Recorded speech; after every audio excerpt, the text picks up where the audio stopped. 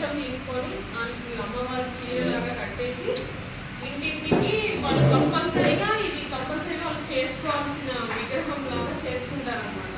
Maharashtra side ఇది చాలా famous అయింది.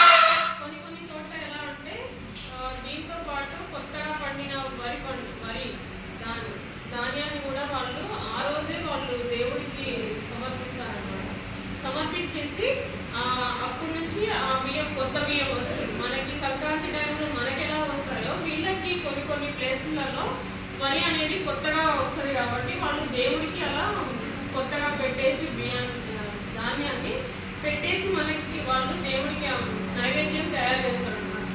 మనకి ఇక్కడ ఎలా అంటే ఉగాదిలో పులుపు, తీపి, చేదు, కారం ఇట్లా కొన్ని వేసి మనకు ఉప్పు, మామిడికాయ, చింతకాయ, మిరియాలు ఎలా అయితే సేమ్ ఇదే ప్రాసెస్ ఉంటుంది కాబట్టి అక్కడ కొన్ని ఐటమ్స్ ఎక్కువ వేరే చేస్తారు అనమాట. అంటే మన సైడ్ పూర్ణాలు అంటారు, వాళ్ళ సైడ్ భక్షాలు చేస్తారు అనమాట.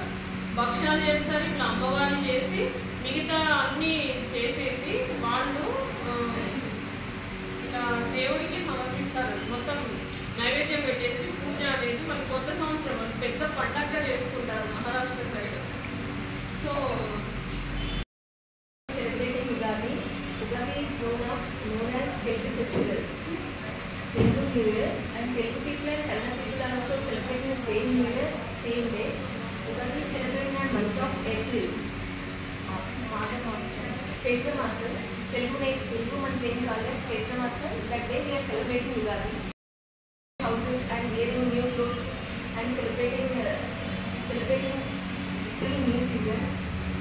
On this day we are preparing Ugadi Pachadi. That is six types of varieties of tastes are there.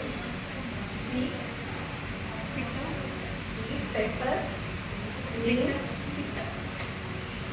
and so many tastes are there. Thank you.